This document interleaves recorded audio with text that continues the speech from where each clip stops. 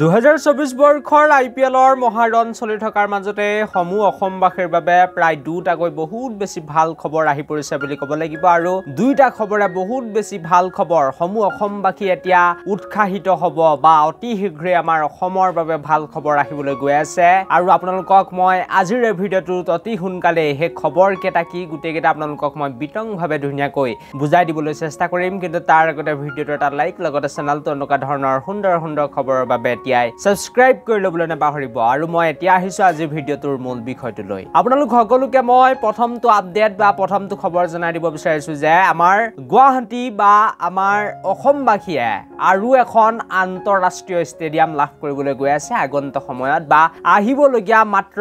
18 মাহৰ পৰা 20টা মাহৰ ভিতৰতে মানে প্ৰায় দুটা বছৰৰ ভিতৰতে এখন নতুন আন্তঃৰাষ্ট্ৰীয় ষ্টেডিয়াম লাভ কৰিবলৈ গৈ আছে আৰু সেই ষ্টেডিয়ামখন আমিন গাঁৱত বৰ্তমান সময়ত বনাই থকা হৈছে বুলি গম পোৱা গৈছে বহুত বেছি উন্নত মানত সেই ষ্টেডিয়ামখন সজাই তোলা হৈ আছে বুলি জানিব পৰা গৈছে গতিকে অতি শীঘ্ৰে যদি আৰু এখন আন্তঃৰাষ্ট্ৰীয় ষ্টেডিয়াম আমাৰ অসমত হয় তেনেহলে বহুত বেছি এটা ভাল খবৰ হ'ব আৰু ইয়াতকৈ ভাল খবৰ মই নাভাবো যে বেলেগ হ'ব পাৰে কাৰণ বহুত বেছি অসমৰ উঠি অহা যিসকল খেলুৱৈ আছে সেই সকলৰ বাবে ভাল খবৰ হ'ব তাৰ লগতে ওচৰত যিসকল মানুহ আছে তেওঁলোকৰ বাবেও এটা ভাল হ'ব যে তাত তেওঁলোকে ওচৰে পাজৰে ষ্টেডিয়ামৰ ওচৰে পাজৰে তেওঁলোকে দোকান চুকান দি হলো ধুনীয়াকৈ চলিব পাৰিব গতিকে বহুত বেছি এটা ভাল কথা বুলি ক'ব লাগিব অসম ক্ৰিকেটৰ বাবে সোণালী দিন আহি আছে বুলি ক'ব লাগিব কাৰণ দুখনকৈ যেতিয়া আন্তঃৰাষ্ট্ৰীয় ষ্টেডিয়াম হ'ব তেতিয়া ভাৰতীয় টিম আহিব পাৰে বা IPLৰ টিমো আহিব পাৰে গতিকে IPLৰ যেতিয়া টিম আহিব তেতিয়া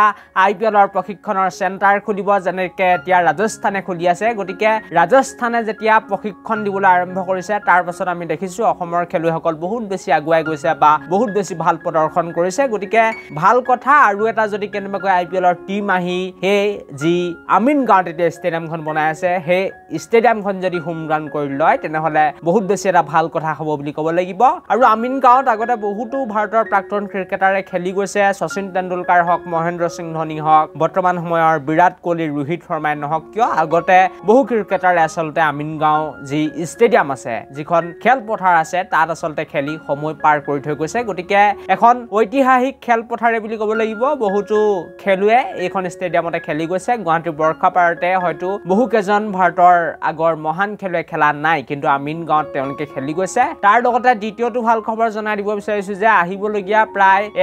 ডেৰটা বছৰতে আমাৰ অসমে বা গুৱাহাটী বৰ্ষাপাৰা ষ্টেডিয়ামে আৰু এখন আন্তঃৰাষ্ট্ৰীয় মেচ লাভ কৰিবলৈ গৈ আছে বা আৰু এখন ভাৰতীয় ক্ৰিকেট দলৰ হওক বা ইণ্টাৰনেশ্যনেল মেচ লাভ কৰিবলৈ গৈ আছে য'ত নেকি আপোনালোকে পুনৰ এবাৰ খেল চাবলৈ যাব পাৰিব আমি IPLত দেখিলো যে এখন খেল বৰষুণৰ বাবে হ'ব নোৱাৰিলে গতিকে তাৰ পাছতে এতিয়া BCCIৰ যি জয়েন্ট ছেক্ৰেটাৰী বুলি ক'ব লাগিব দেৱজিৎ শইকীয়াই ঘোষণা কৰিছে যে অতি শীঘ্ৰেই